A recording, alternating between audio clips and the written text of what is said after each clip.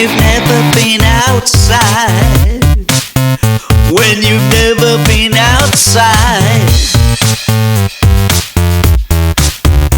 when you've never been outside, when you've never been outside, when you've never been outside, when you've never been outside.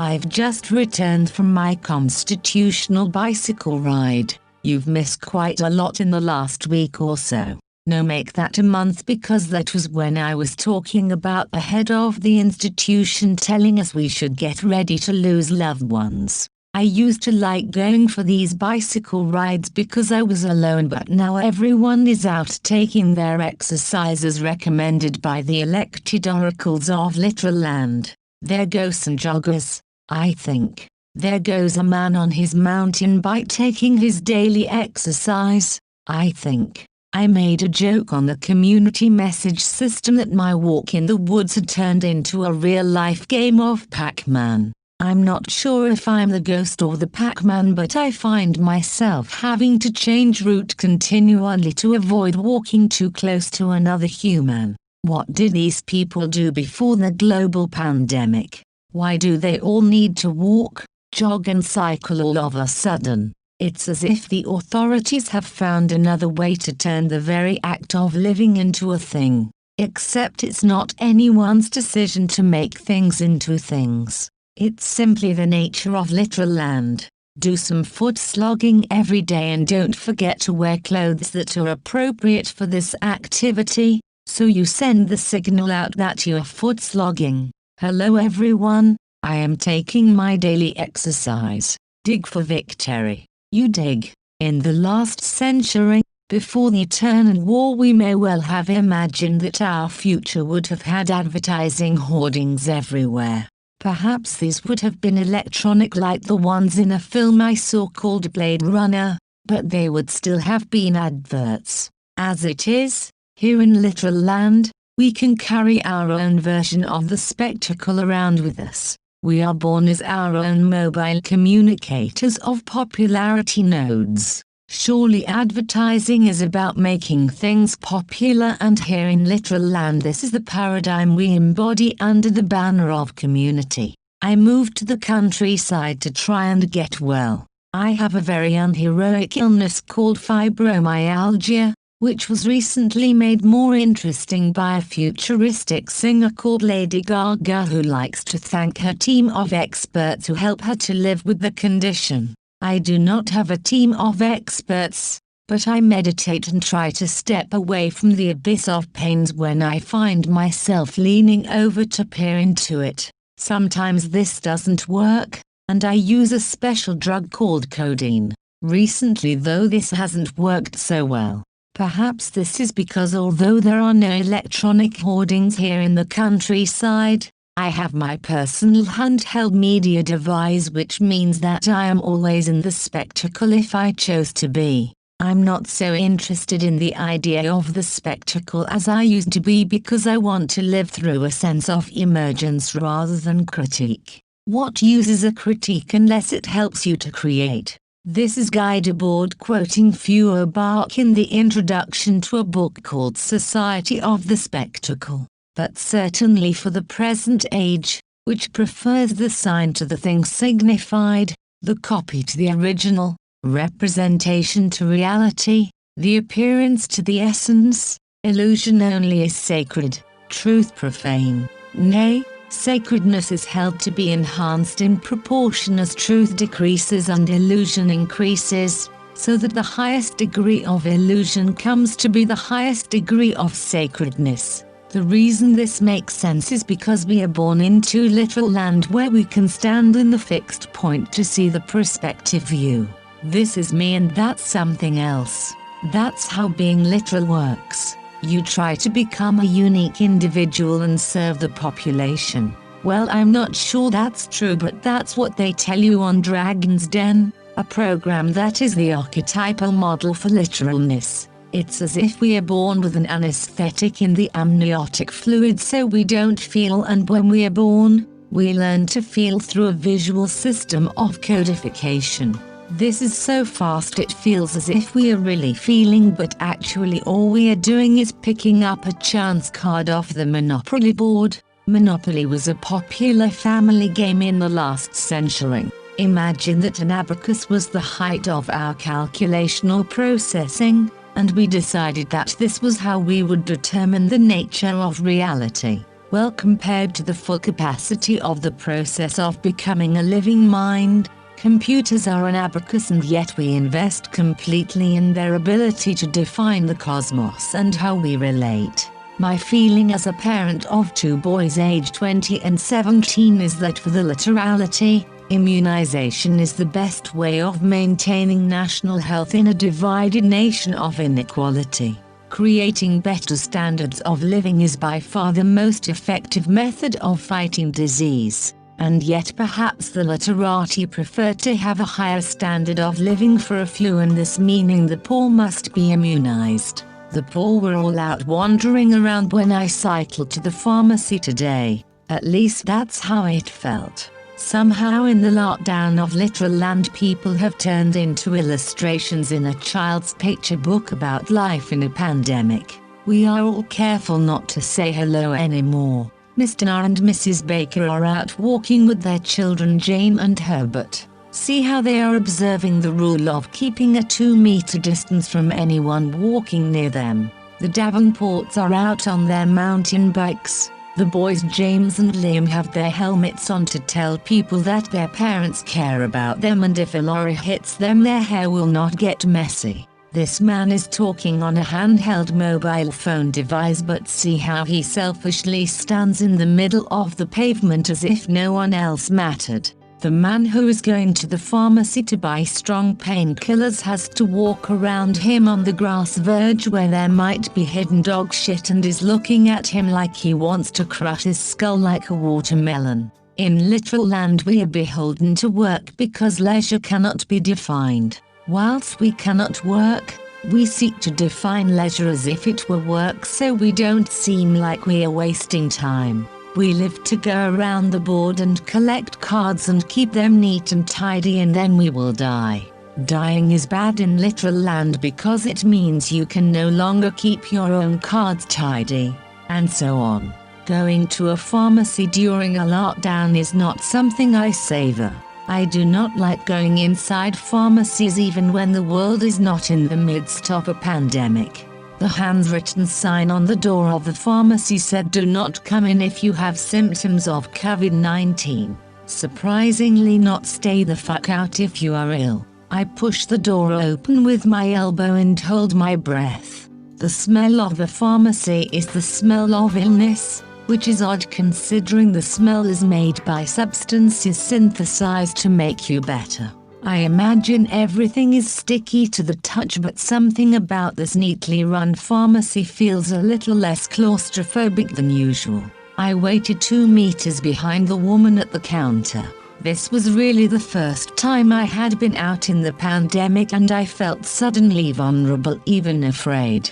Dying is bad in literal land because you are not alive anymore, and being alive is the result of being born, after which point you evolve into a rational human who no longer believes in the tooth fairy. In literal land we progress away from the superstitious, but it never occurs to us that this might just be another literal way of labeling something. I am at the counter. It seems that if I die, then I am ready, because I am not thinking that dying is like checking out at the supermarket where you need to be ready. As well as Salford, I asked the girl serving from behind a new Perspex screen for some Fisherman's friends. The correct name is Fisherman's friend. I wait for them to look at me as if I must definitely have symptoms of COVID-19 based on the remedies I have asked for. The girl looks a little puzzled, but she does not instruct me that the sulfadine should not be taken for a longer period than 3 days, nor does she check that they are for me. Sulfadine is essentially heroin for beginners, I always think. She looks towards the couple who are in the pharmacy hub mixing and putting together prescriptions. They look busy and fully engaged. They are pharmacists in action. They seem like a husband and wife, but I might be wrong. The girl holds up a pale blue pack, which I recognize as the branding for the sugar-free variety of Fisherman's Friend. I say, do you not have the original variety? All these words seem hopelessly anachronistic, but the girl, who has a pleasing smile, turns to her bosses and asks them something which I presume to be what the fuck are original Fisherman's Friends. The husband and wife, an Indian couple, are pottering around with packets and measuring implements, make a display of shrugging and shaking their heads in response as if to say, we are not even sure what you mean. But I instinctively feel they do know. Are they hiding something? I feel, without putting it into words. The girl who has straight shiny auburn hair returns to the counter and informs me that there is a choice between sugar-free and no added sugar Fisherman's Friends. She seems unaware that both packets have exactly the same pale blue diagonal design on them, or that packaging is also a way of communicating the identity of the product. I do not like the sugar-free variety because they are not made from the same ingredients at all, but not wanting to remain in the pharmacy any longer, I say thanks, I'll take those. Thankfully we do not need a conversation about whether I want sugar-free or no added sugar, as the girl seems to have transformed her understanding of how packaging functions. As I am touching my handheld telephone to the device to pay, I notice the girl gives me an appealing smile. Do you want the receipt? She asks, still smiling. I do not consider myself a man who goes out of his way to feel they are being flirted with. Sometimes I feel like an automaton, broadcasting emotions in response to feelings I have processed conceptually. I'm not always like this, but the alien in me who is trying to assimilate to culture in literal land is just copying how people seem to behave to them. Tears are a response to a constructed narrative.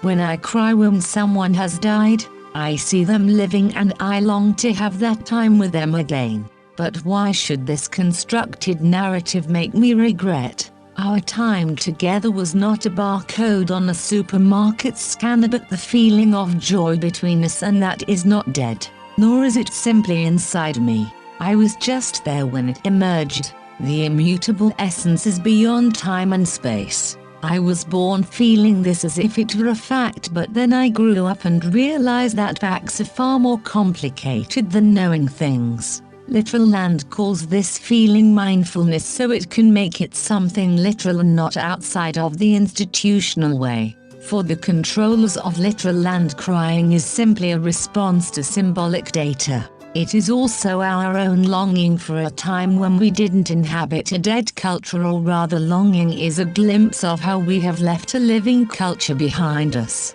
I feel sure that Native American Indians only cried after contact with the Pilgrim Fathers. So now if I was a probe on a distant pharmaceutical planet, I was sure that my calibrating mechanisms had detected symbolic data that meant flirting or imaginary baby making. So, imagine John Craven could introduce a story about the probe and how it had sent a fax back that came out of the machine as a picture of a baby in the womb.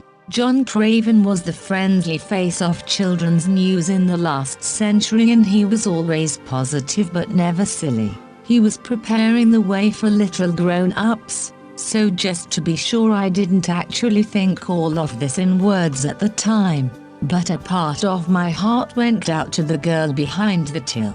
My head thought somewhat high-handedly that she was acting inappropriately, considering she was behind a plexiglass screen in case I was a viral super spreader. At the same time, it does make life a little more bearable. I think it was a man called Sata who said that intellectually we may decide that life is not worth living, but a simple smile from a waitress, girl behind the till, can make it all seem worthwhile. In literal land, people would say that the small surge in dopamine caused by the symbolic data of a flash of teeth and tilt of the head gives rise to a sense of well-being. This is because we are still pretty much Platonian thinkers who have thought their way back into Plato's cave. It's like those Soviet-era realist painters whose ideology restricted them from using European avant-garde methods, so in order to show time and space they literally repeated people in a realistic perspective painting to show movement. One has to admire their effort, but only in the way a trapped climber might soar a limb off but then fail to get down the mountain. My colleague at the University of Easy Learning tells students to be curious because when we discover something new it produces dopamine, and this in turn programs the brain to be curious. Okay. This explanation only works because somehow the proliferation of machine thinking got reflected back, and now we think consciousness is like a closed loop. I naturally feel there is more to it than this, and this feeling alone is proof that there is more to it than meets the eye. In the last century, a beautiful but easily flattered man called Marshall McLuhan said that the alphabet gave us an eye for an ear. The various interpretations and responses to the same piece of music give us a clue that symbolic sense data are not the full picture. So this dopamine loop is a bit like a linear diagram in a text's book, demonstrating that as the bicycle goes along the chain goes round, and therefore the wheels going round clearly are the cause of the chain activating the up and down motion of the feet of the rider, who is encouraged by the sense of progress to keep his balance. If, like me, however, you have ever borrowed a bike and ridden along the seashore with the smell of wild fennel filling the air as the breeze brushes your face, you will have a sense of how this diagram is not an adequate means of describing the intensity of this experience. So, I'm not a dopamine disclaimer, but I think and feel there is more to life than tidying it away. Some people prefer the dopamine version so that we can go on believing the cosmos is a Lego set that can be packed away neatly in case Daddy treads on a piece and shouts loudly enough for the neighbors to hear. So, my dopamine levels were given a little boost by the lowered eyelids of the girl behind the till in her stockings and suspenders behind the plexiglass, while her bosses faded into the background in a boxed-in slightly raised area preparing prescriptions and boxing up pills. It is at this point in my remembrances that I start to sense that the head shakes and shrugs of her employers were not simply a response to not knowing. A qualified pharmacist would know that Fisherman's Friend originals were the most common variety and not this snazzily packaged sugar-free variety the girl was now holding up. And yet they stood there in a state of apparent discombobulation as if I had asked for an Edwardian homeopathic powder. I sensed their unease and initially put this down to my having asked for a remedy associated with sore throats, and this would possibly mean I had the virus. We now know it's not like that, but I had prepared a speech about my condition due to my sense that the immutable being outside of the literal and this conflict being manifest in a smorgasbord of erroneous bodily pains. How dare you ask me, a long-time sufferer, if I have this newfangled virus? The thought remained in my head, but I now recall how I used to enjoy chatting about simple things over the counter to the daughter of the owner of the corner shop.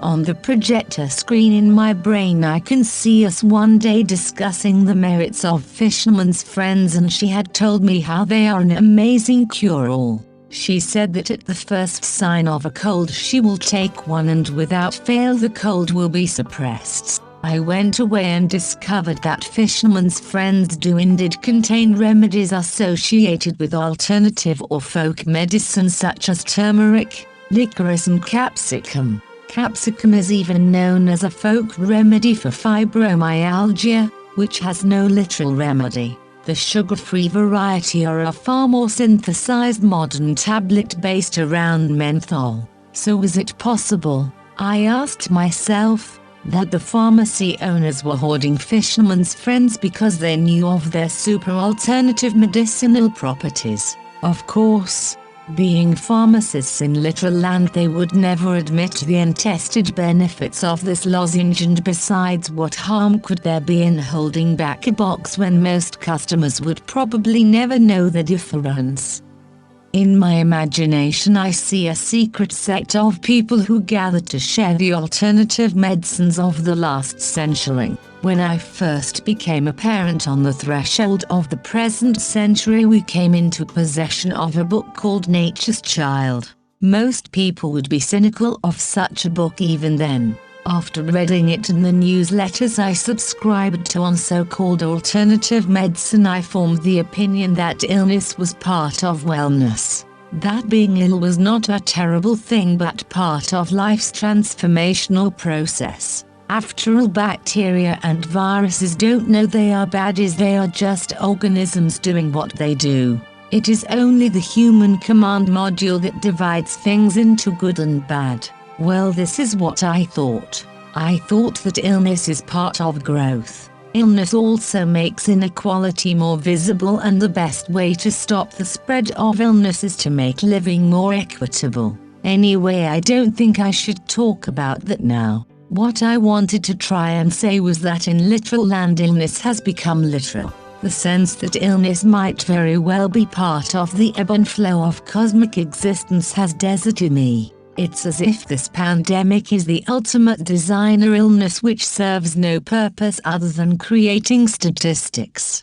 These statistics are the outward face of what our leader refers to as losing our loved ones. I suppose the war at the beginning of the last century was very much the same in that it served no purpose. I'm not saying that any war is good or indeed justified, but with previous wars there had been a sense that the slaughter was a part of humanity's evolution towards an evolved state beyond conflict. The Franz Ferdinand War was not that at all, though. It existed simply to create statistics of young men whose lives were never actualized. It was the first foray into clearing the land for the building of literal land. We still remember the dead statistics and talk of them as heroes, but they are literally zeros. Figures in a literal roll call of the dead.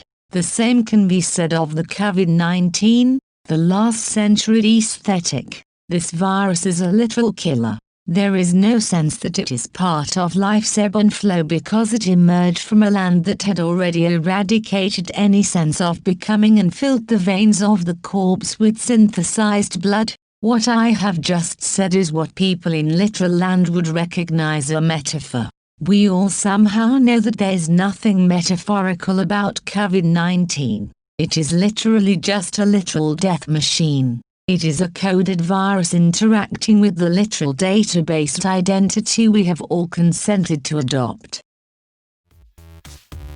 When you've never been outside, when you've never been outside.